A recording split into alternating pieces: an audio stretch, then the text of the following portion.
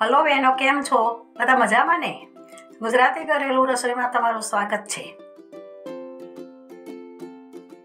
આજે આપણે બનાવીશું ફરાળી શક્કરિયાની ટેસ્ટી અને સ્વાદિષ્ટ એવી સૂકી ભાજી. તમે મહાશિવરાત્રિના ઉપવાસમાં બનાવીને ખાઈ શકો છો.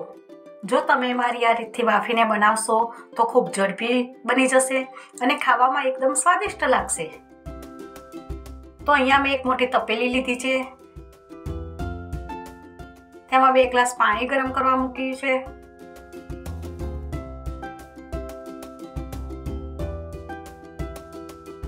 પછી એક કાણાવાળી ચાણી મૂકીશું. હવે આપણે ચાણી ઉપર 2 મોટા શક્કરિયા બાફવા મૂકી દઈશું. પછી 10 મિનિટ સુધી શક્કરિયાને બાફવા માટે ઢાંકણ ઢાંકી દઈશું.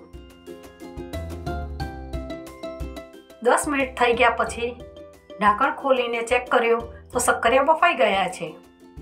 જો તમે વરાળથી શક્કરિયાને બાફશો તો શક્કરિયા ઢીલા ગેસ જેવા નહીં થાય અને શક્કરિયા સરસ રીતે બફાઈને ચડી જશે.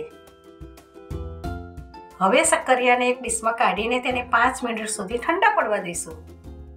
ઠંડા પડી ગયા પછી તેને સમારીના કટકા કરી લઈશું. પછી એક કઢાઈ લઈશું. કઢાઈમાં 2 ચમચા તેલ નાખીશું. તેલ ગરમ થઈ ગયા પછી 1 ચમચી જીરું નાખીશું.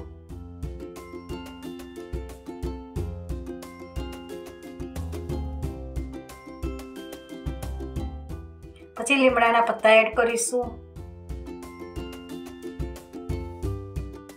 પછી આદુ મરચાંની પેસ્ટ એડ કરીશું.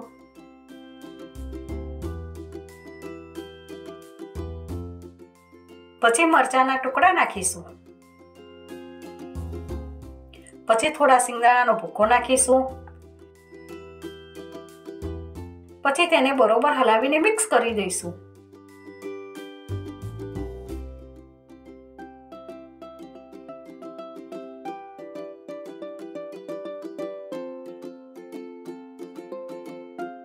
તેમાં સમારેલા શક્કરિયાના ટુકડા એડ કરીશું. પછી બરોબર હલાવી દઈશું.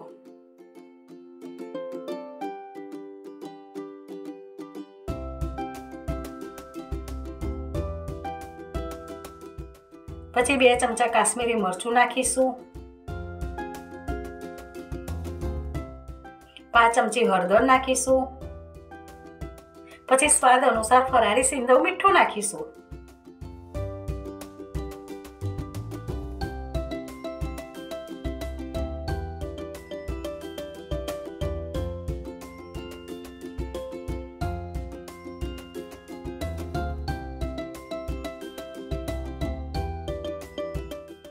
પછી સૂકી ભાજીને ખટમીઠી બનાવવા માટે થોડો લીંબુનો રસ અને 1 ચમચી ખાંડ નાખીશું.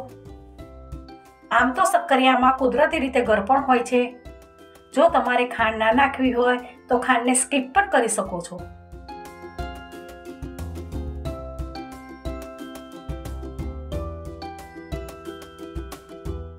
હવે એમાં લીલી તાજી કોથમીર એડ કરીશું. પછી બરોબર હલાવીને મિક્સ કરી દઈશું.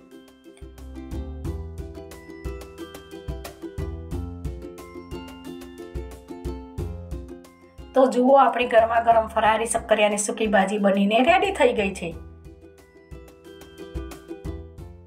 આ ભાજીને તમે દરેક ઉપવાસમાં પણ અવારનવાર બનાવીને ખાઈ શકો છો. જો તમને મારી આ રેસીપી પસંદ આવી હોય તો મારા વિડીયોને લાઈક કરજો અને મારી ચેનલને સબસ્ક્રાઈબ કરજો. જય શ્રી કૃષ્ણ.